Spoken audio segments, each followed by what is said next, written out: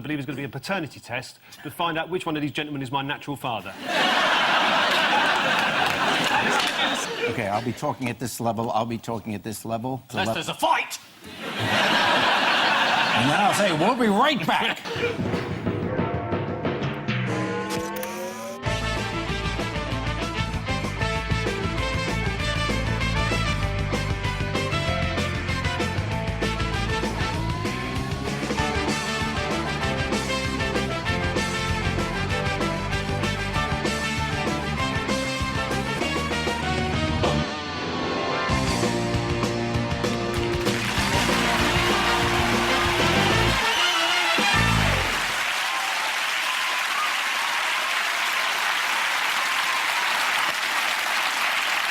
Good evening and welcome to Have I Got News for You? I'm Jerry Springer. Now, in the news this week, after the scare over contaminated pork, the Irish government calls in their top health and safety expert to personally inspect the product. And as Madonna rehearses for her world tour, there's evidence that her split from Guy Ritchie may be taking its toll.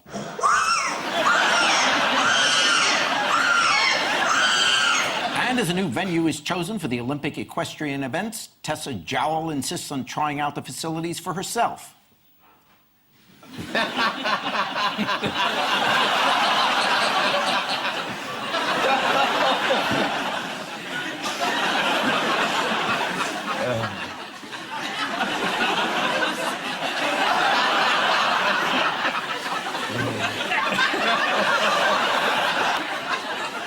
That's a fantastic metaphor for New Labour, isn't it? Hanging on for dear life and going round in circles. Do you know that, just a piece of trivia before we start, the reason why a circus ring is the diameter that it is, it's the smallest diameter that a horse can go round in a circle. I can't believe that, actually. That's what I understand. Yeah. What was it about you find difficult to believe? Well, that a horse can't turn in something quite smaller than that. I mean, a black cab can turn in something smaller than that. You're right, they're exactly the same. Yeah. I flew all the way over for this. Yeah. That's the highlight. You could have emailed me that. I could have emailed you that, That's exactly. the high note. OK. On Ian Hislop's team tonight is a former mayor of London who could easily have been on my show with a caption that read, "I thought you loved me, then you dumped me for a blonde." Please welcome Ken Livingston. It's a better reading every day. And with Paul Merton tonight is a comedian who this week won Best Female Newcomer at the British Comedy Awards and who denies that her ITV sketch show is cruel, insisting that she only makes fun of the weirder fringes of life. Can't believe someone would do that for a living. Please welcome Katy Brand.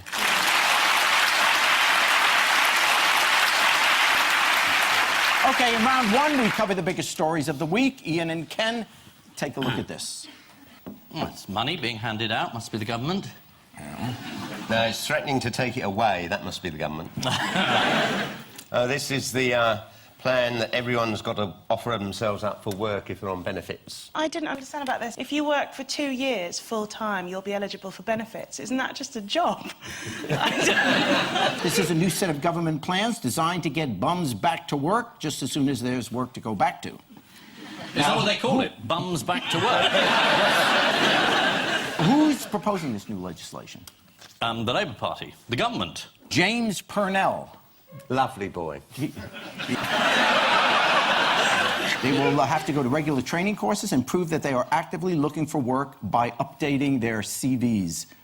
Now, how would that go? 2007, I watched TV, mostly sat on my ass. 2008, I was watching TV, but I was lying down.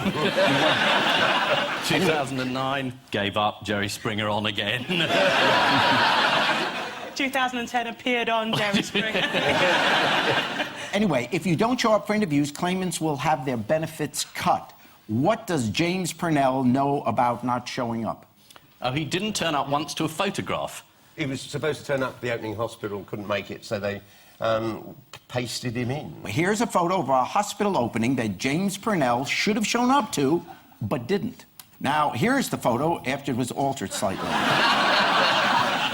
Who did David Freud, a government advisor, suggest as good examples of people who managed to do a good job with a disability?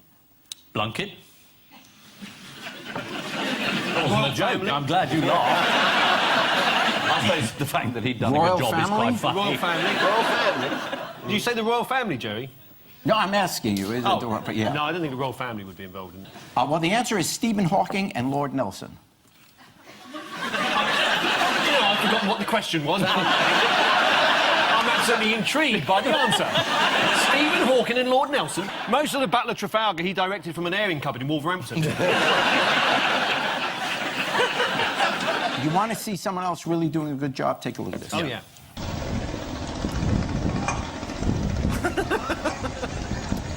Wow.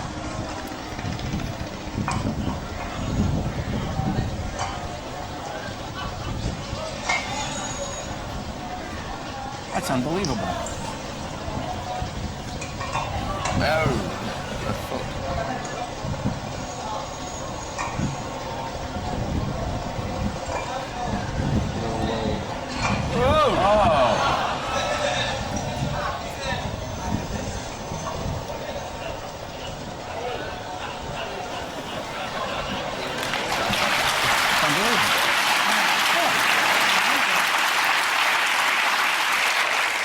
That's a level of skill that's very rare to find. Presumably not shot in Britain, that. No, that's from America's Got Talent. He wasn't bad, but the guy was really a singer. Which associate of Boris Johnson, you remember him, Ken, is looking for work at the moment? That would be David Ross, who just borrowed 130 million, and, I mean, why bother to mention something like that? It's just small change, isn't it? Yeah, that sort of financial thing wouldn't have happened in your day, would it, Ken? No one had done None of 30 your million. associates had to go. Not at all. It was Well, are we his gonna own see firm's the money clip? rather than the ratepayers, wasn't it? You really want to go to a clip now, don't you? Anything rather than distract attention from the iniquities of your regime. I had one member of staff go for salacious emails. No cost involved. That's the worst bit of spin don't know I it, have could you? ever heard. How did Boris Johnson react to this? Look how he deals with these very tough journalists. What are you going to do about David Ross? I'm going to, whatever it is, I'm going to tell you now. No. What are you going to do about David Ross? Nothing. La, la, la, la.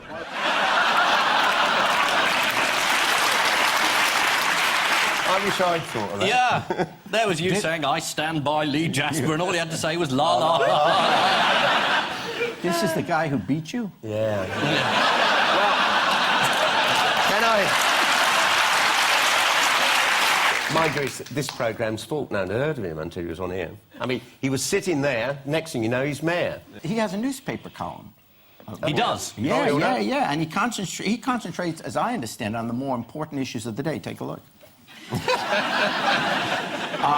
When did Christmas trees get so expensive? I think it never happened before Boris was mayor. We used to have a free Christmas tree shoved through our letterbox when Ken was mayor. Yeah, that was it. If you were tying your shoelaces up in the hallway, you'd think all about it. I'm intrigued by your glasses. You seem to lift them up when you're reading. Well, because I needed to see far away, but yes, not of to course. see close. I understand. Do they have bifocals in America? They're not allowed to marry. Oh, sorry. I can see the ticker at the bottom of his show. I was a bifocal. More serious politician. Let's go to, Gordon Brown, your Prime Minister. What did he claim to do? He claimed to have saved the world, and it was Okay, very embarrassing. we have the quote. The first point of recapitalization was to save banks. We not only saved the world, saved the banks, and led the way. It's probably because you've got this empire thing going. I like the idea you think we still have an empire. Gosh, I thought history was badly taught over here. The Germans don't think Gordon has saved the world, do they? No. The German finance minister was jolly rude. That's the first time in history that ever happened. It is outrageous because after Gordon's borrowed all this money, the debt of Britain will be almost as much as Germany. So do you think it's hypocritical of him, then? I think perhaps Gordon made that mistake of doing that chant about 2 world wars and 1 world company. It really pisses him off. I can't imagine him singing that at a summit. Yes. Come on. Gordon's a real laugh behind the scenes. Once he gets the spoons out, he's great, isn't he? His name's Pierre Steinbrück, and he asked this question. Are you really going to buy a DVD player because it now costs $39.10 instead of $39.90? Well, are you? That's taking VAT off. That's what they said was a hopeless gesture. Yeah. They are jolly rude. If you'd increase the VAT by 2.5%, everyone said it's the end of civilisation as we know it. You take it off, say, oh, it makes no bloody difference. You can't win. Well, you can't, Ken. Who did Alistair Darling get to meet this week? David Walliams, I Yes. saw it in the paper. Dressed as a lady. Was he? Yes. That must have been competition with David Walliams. Alistair Darling actually looks like he's falling in love a little bit. Which one is Alistair Darling? The one with the silly eyebrows. What is he doing? I don't know, you can't see where his hand is.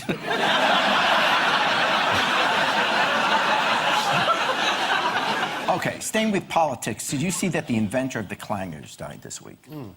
Yeah, Oliver Postgate. Yes. Very sad. He caused such controversy with this episode, broadcast during the 1974 election campaign, that it was swiftly withdrawn and never transmitted again. The noise? Well, that's the election campaigns of the political parties. Yes, political parties, you know. People who think a particular policy is in their own or the country's best interests. Well, they call themselves a political party. What for? Well, so they can have a cause. They can act together to defeat other political parties and get what they want. Don't you understand?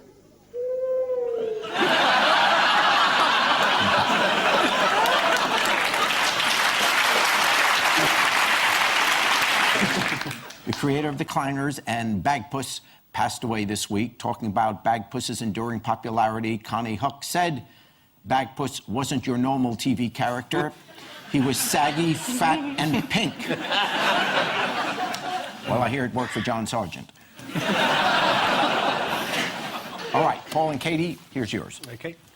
That's Michael Hordern as Scrooge in A Christmas Carol, so there's something to do with mean Christmases. Dame Helen Mirren. Dame Helen Mirren, she's bought on their way to Pound Busters, things have gone bad. That's a very small plate of Christmas dinner. Postman, there's a lot of stories going on in here, Jerry. I'm rather confused by this avalanche of news. Oh, look, there's the Christmas tree coming through from Ken. Is it about having a sort of crap Christmas because of the economic crisis? Yeah. This is the news that the Queen's crackers are going to be cheap ones this year. And as a credit crunch Christmas approaches, this week we also saw the busiest online shopping day of the year. Is the Queen seriously buying cheaper Christmas crackers? Is that a true story? That's what I'm asking you. What other cost-cutting measures is the Queen taking in the run-up to Is Christmas? she getting cheaper Christmas crackers? I'm answering my own question here. I could stay at home and have as good a time as I am now. So could we. Yeah. No, you're doing very well. Thank you, Jerry. Nice to be patronised by a man who's brought some of his qualities to the world of television.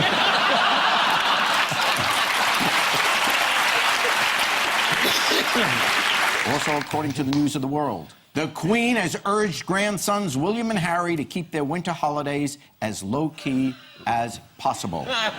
So that's it for the Hookers and Nazis ski weekend in San Luis. Meanwhile, who's been spotted in Woolies? David Cameron. Oh, Yeah. yes. Oh, yes. You knew they were doomed the moment you saw him in there, you know. A lot of people were complaining because they were advertising it as 50% off, but in fact, when they got in, it was only 10 or 20% off, wasn't it? Yeah. There was a very disappointed guy outside who, on the news earlier, just going, there's nothing in there, there's no plasmas, there's nothing. What was the last thing you bought in Woolworths? DVD would have been. Lust and Caution, it was called. Lust and Caution. Lust and Caution. Was that a self-help guide by Boris Johnson? Always lock the door. Who's coming? Online shopping is the perfect way to avoid queues in high street shops. You get to queue up outside parcel force depots instead. To try and avoid this, what is Royal Mail planning to do just before Christmas? The postman having to walk at a regulated speed. Oh, yeah. They have to walk 4 miles an hour to deliver the mail. This isn't just walking in a park. No wonder they just throw the mail at the house. Isn't it full of students, the post office? That's a long time. I mean, I did that. I did that as well. Yeah, so did I. They should, and they were. We should have a reunion. Sit around a load of parcels unproperly addressed saying, oh, don't worry about that. Bet Ken never thought I'd been a post office worker. Did you join the union?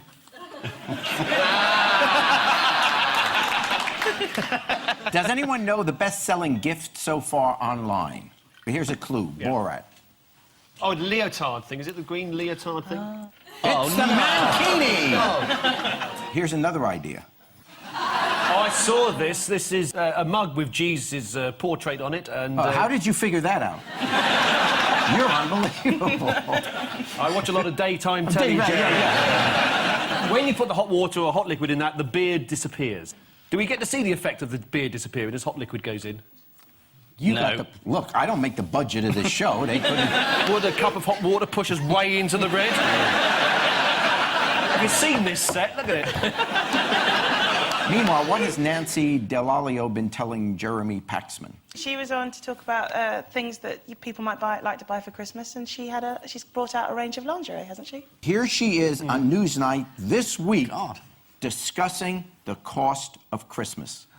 So, and should be used much more fantasy to help us. And that's, I think, what we're going to turn. When I talk about values, I think we need more fantasy to use our intelligence, and not necessarily to absolute equality, where it's when, I think rules has been over too much, and rules needs to change. So, I'm sorry, it'd be I'm easy to study what you're talking about.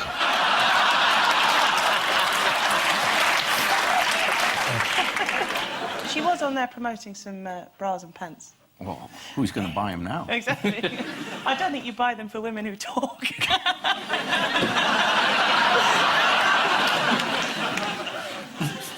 don't know why I said that. It doesn't matter. Should we pretend it didn't happen? Would you mind? What a charming carpet you have here.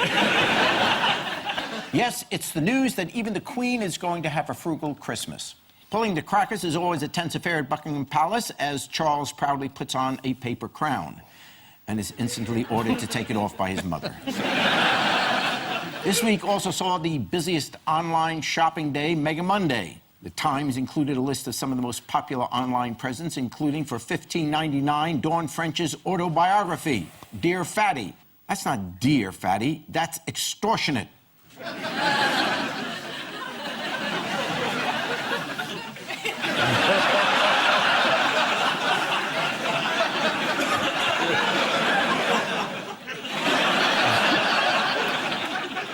It's all right laughing at the Queen, but don't laugh at Dawn.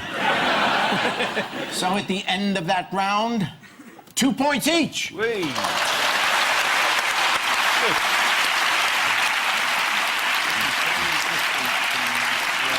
Okay, and it'll be fun. And so to round two, it's Jerry's Jigsaw of News. Okay, fingers on the buzzers. Ready, guys? Yeah. Here we go.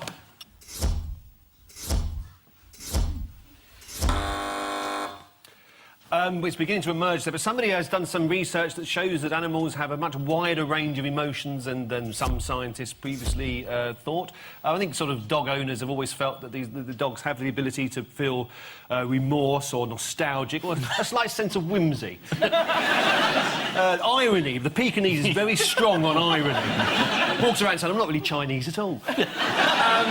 This is the research by animal psychologists indicating that dogs are capable of emotions such as jealousy and pride. I'm surprised they needed research to discover. Anyone who's ever kept a dog will know they've got all that range of emotions. They almost become like a member of the family. And that's why I think my parents preferred our dogs to me, you know. We have turned into Jerry Springer. Yes, there's my old dog about to come on set. Well, we had a show called I Married My Horse. Oh, I saw that. You saw it. I saw it, You're yeah. a lonely woman. What's been the news recently that dogs might get jealous about?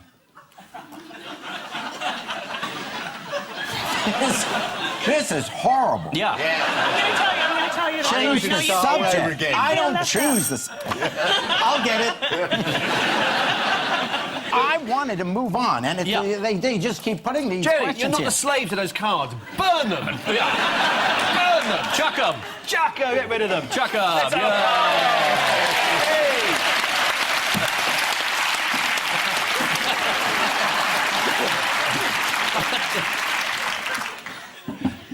Don't worry about any of that. Who's got any jokes? No, that's liberation. Doesn't that feel better? Yeah, It does feel better. Yeah. But now I got to rip this card too because we had 5 more things. Yeah, get rid of it. Yeah, get rid of Get rid of that too. All right. Hey, hey. This is a punishment. All right, did we moving do wrong on. then? Yay! Everybody buzz. We haven't seen the picture, but I'm willing to give it a go. Here we go. Oh.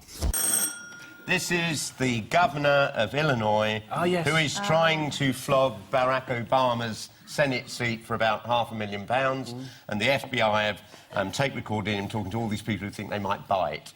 And Barack Obama said, nothing to do with me, and called on him to resign. He's right. Is that how it works in the States? You just buy the seat? No, well, no, it's not supposed to. Yes? Yeah. I live in Chicago because that's where we do our show, and that's obviously part of the state of Illinois, and it's unbelievable because they had him wired. Haven't 3 of the last 10 governors of Illinois gone to prison? 4 of the last 8. 4 of the last 8,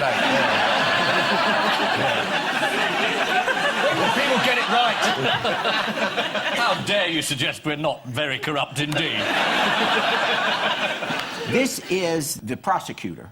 Listen to what he had to say about Illinois. I don't have 49 other states to compare it with. But I can tell you one thing. If it isn't the most corrupt state in the United States, it's certainly one hell of a competitor. I'm outraged.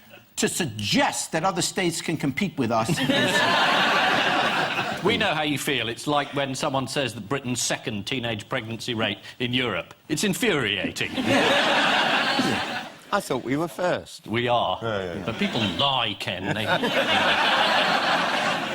Well, I remember now, when Barack Obama won, what really helped him in that Senate election was that his Republican opponent's wife came out, Jerry Ryan, and said that her husband had been making her go to sex bars. Does a sex bar have a happy hour? Well, like 2 for 1. You look like you're racking your memory, Jerry. yeah, it does. Yeah, it does. But it's true, my memory's right. It does. All right. The governor of Illinois, Rod Blagojevich, has been accused of trying to sell Barack Obama's vacant seat in the Senate. As investigators try and establish how much he was aware of the alleged corruption, this could present an embarrassing situation for Barack Obama. At least when George Bush said, "I don't know anything," we believed him. Which means at the end of this round, it's Ian and Ken with 4, Paul and Katy 4. Oh my gosh, we have a tie.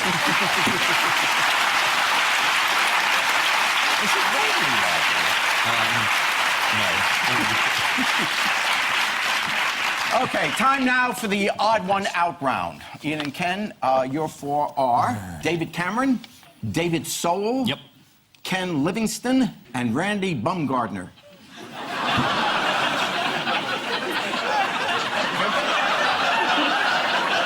Who's Randy Bumgardner? Oh, I'm so glad I was here to hear you say that.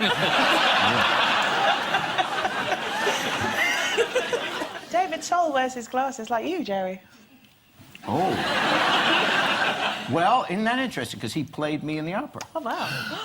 I've been played in... Oh, you've been played.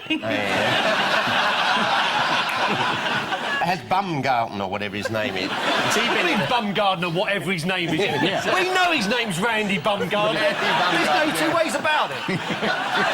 What was his parents thinking of?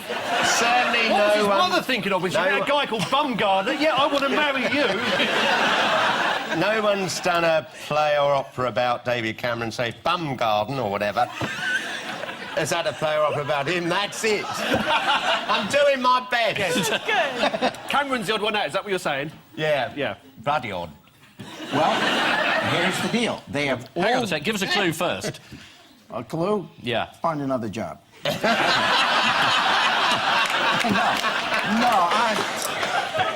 they have all worked for a president except for David Cameron. although he would love to work for President-elect Obama. I don't work for Hugo Chavez. I'd love to, nice guy and all that, but there we are. You never worked for him, though. You had a consultancy role, didn't you? No, Well, you're being a little defensive, aren't you? We haven't even mentioned him yet. No, well, I'm guessing where it's going. I just popped over there and had a chat for about an hour. Is that it? So all these stories in the press are nonsense? There's no retainer? No, not got a penny. There's no barrel of oil in your front room? I'm quite happy to go and have a chat whenever. Venezuela's a nice place. Why don't we go there together? I'll introduce you. Thank you, Ken. It's the best offer I've had, well, in the last minute. I think we're beginning to see the beginning of something rather beautiful. And when you break up, then you come on my show. Yeah. But I hope it really works out between you. Thank you. Cameron, he got to meet Obama. Yes, he did. Yeah, this is what he had to say. It's the highlight of his year. And what did Obama say about David Cameron? Who are you? Are you my taxi driver? Well, according to the New Statesman, Obama said, what a lightweight. On the day he met David Cameron, Obama also had talks with Gordon Brown. According to the Sunday Mirror, quote, Downing Street officials heard gales of laughter as the two men sat on a terrace behind number 10. The pair discussed soaring fuel prices as well as the crisis in Iraq. Hilarious! Boy, that guy knows how to tell a joke. You hear the one about Baghdad?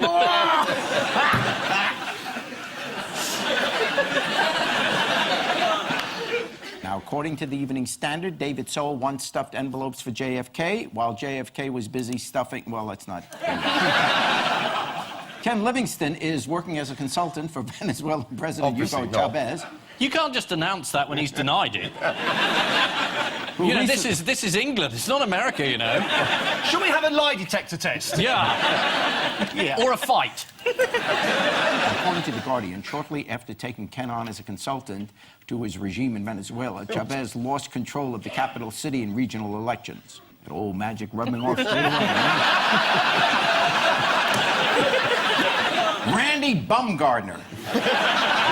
This is your life. You may not know this, but he is the general manager of Blair House, and that is the U.S. President's state guest house. Yeah. Randy Bumgardner's father is called Delmar Bumgardner, and his... In an attempt to take the curse off Bumgardner, people from the Delmar. And his mother was Loretta Mincy. Just as well they didn't go double-barreled, or Randy would have been a Mincy Bumgardner.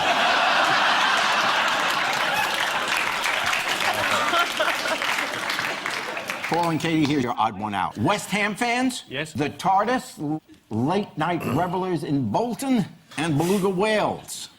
Late-night revelers in Bolton were being encouraged or being handed out sort of little containers of sort of bubble mix so they could blow bubbles when they come out of clubs and pubs. And apparently this is meant to sort of stop people getting violent, it's sort of playful and all that kind of thing. So if I remember that rightly, the West Ham fans, their song is I'm Forever Blowing Bubbles, so that indicates that must be what it's about. Beluga whales, they blow pockets of air around inside their heads. Do they? And that makes their heads change shape, so they like blow internal bubbles. God, wouldn't it be great to be able to do that on the tube? I know. I think, well, the TARDIS, I don't know if I've made this up or something I remember. Was it originally the TARDIS going to be, instead of being a police box, was going to be a huge bubble that sort of travelled through time and space? So bubbles are the theme. Perhaps the TARDIS is the odd one out because all the other ones are... I've got bubbles. I've got bubbles. He's right. Yeah. We have the original blueprint. That's the original TARDIS blueprint. As opposed to somebody drawing a circle at Wednesday afternoon in the office. That'll do, show them that. It's not a complete circle, is it, either? No. Well, that's where they get in door, and out. yeah. Oh, you're going to get in there. Oh, just as well I didn't design it. Boozed-up revelers in Bolton are being given children's bubble blowers by police as they leave pubs and clubs during the festive season.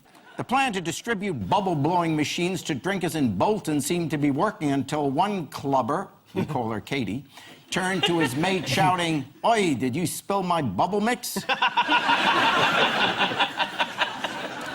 probably drinking it, aren't they? Yeah. Meanwhile, what are drunken women in Torbay being given? Drink. No. Seriously, they're given flip-flops. It's to prevent them from twisting their ankles by trying to walk home drunk in high heels. Flip-flops will be given to anyone whose footwear is uncomfortable, inappropriate, or soiled. I just don't want anyone ever complaining about my show again. So who's giving them the flip-flops? Where have they come from?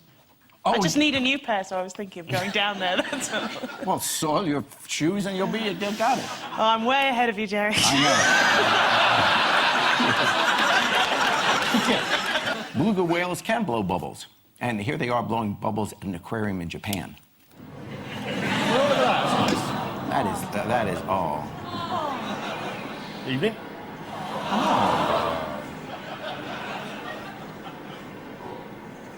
That's very sweet. Yeah. You wouldn't think that if you found one in your wardrobe. Now, according to the Mirror, beluga whales are often known as sea canaries because of their high-pitched squeaks and whistles. And because if you put one down a mine, it dies.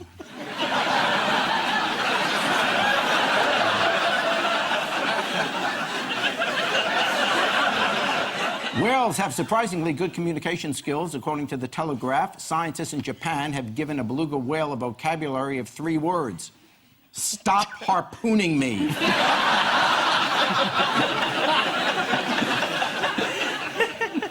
Which means at the end of this round, it is Ian and Ken 5, Paul and Katy have 6. Oh, that's got to be some reason. Why?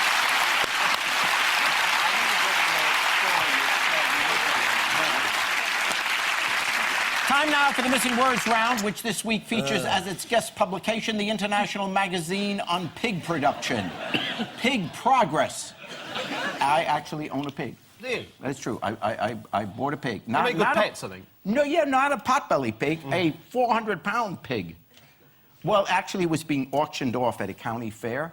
So you bought her and saved her life? I did. But I had a bid. It cost me, honestly, $1,000 to save Bella. That's terrible. $1,000, that's £1,000. Here's the worst part. Bella could live 25 years. I'm not going to live 25 years now. Bella is now in my will. I swear to God. Do we have a picture of Bella? There's Bella. That's Bella. Oh, Bella. My rabbi got really ticked off. Really? Well, yes. Well, you're not eating it? Yeah. That's what I told him. I said, I'm making America kosher, one pig at a time. All right, okay. Prince Andrew ordered cops to chase what? Golf balls? Ding, you are right. We're behind in the last straight, Ken. I hope this isn't a precedent. Well, a former security guard has alleged that while Prince Andrew practices golf, members of the Royal Protection Department were made to act as ball boys. Seems like a rather degrading job for a fully trained police officer looking after Prince Andrew. Next, my man is mince pie mad, and now I've discovered what? He's actually Father Christmas. He's having it off with an apple turnover. I react badly to pastry is the answer. And a woman in Yorkshire who's allergic to pastry has discovered her husband is addicted to mince pies. Yes, this is a man who eats up to 20 mince pies a week. It's a genuine addiction, or as we call it in America, a diet. And next, Wogan gives up what? Eurovision? You are unbelievable. It is, and there was a fire. Wogan was 5 minutes away from being burnt to a cinder. Oh, really? Yes, there was a fire at his didn't mean to house. make fun. Smoke alarms went off. How big? Fire brigade came round, put it out. This is huge news. Athens is completely on fire. Wogan's house, not quite on fire. But it was the fire brigade said something along the lines of this is, you know, because I think they had a tumble dryer sort of drying clothes in the middle of the night, and they said tumble dryers, washing machines, dishwashers, all these can catch fire. How can a dishwasher catch fire? Where is the fire element coming in? There's lots of water. Am I losing you? There's lots of water in a dishwasher. What are you all talking about? We're very interested in domestic appliances.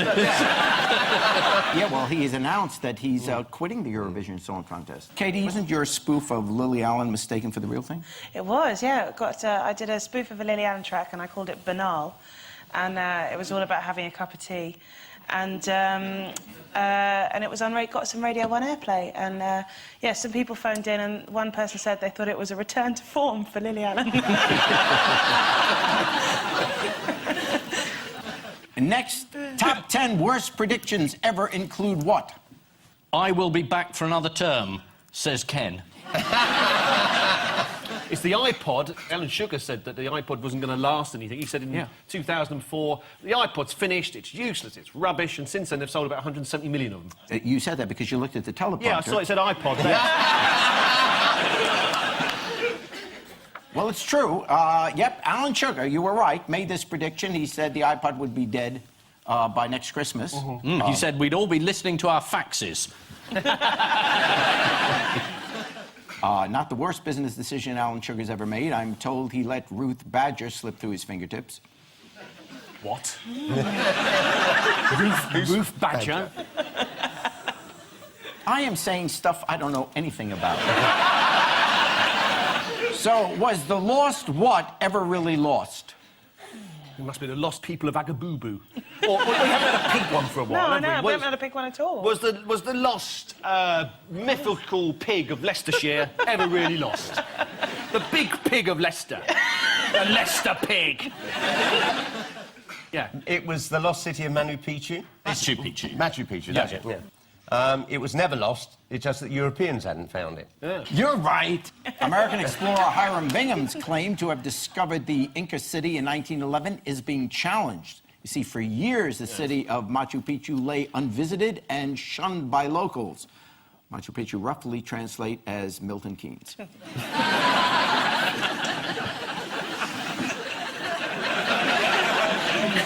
Well, we have a final score. Ian and Ken, 8. Paul and Katy, 7. Oh. Hey.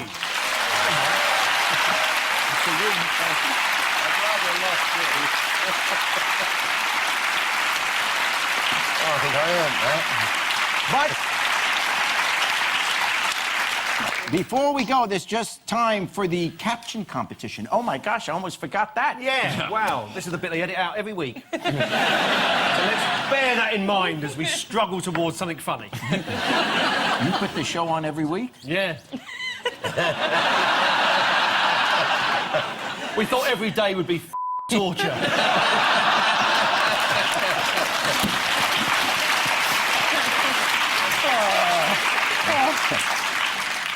Okay, you get this. Every year, thousands of objects fall from outer space. Top Gear launches in Baghdad. And I leave you with news that in response to the new iPod Nano, Albania's top computer company launches its own MP3 player.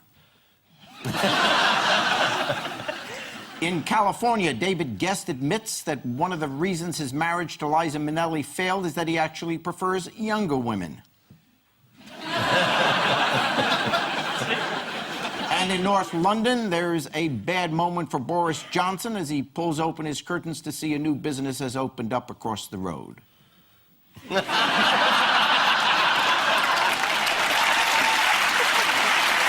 night.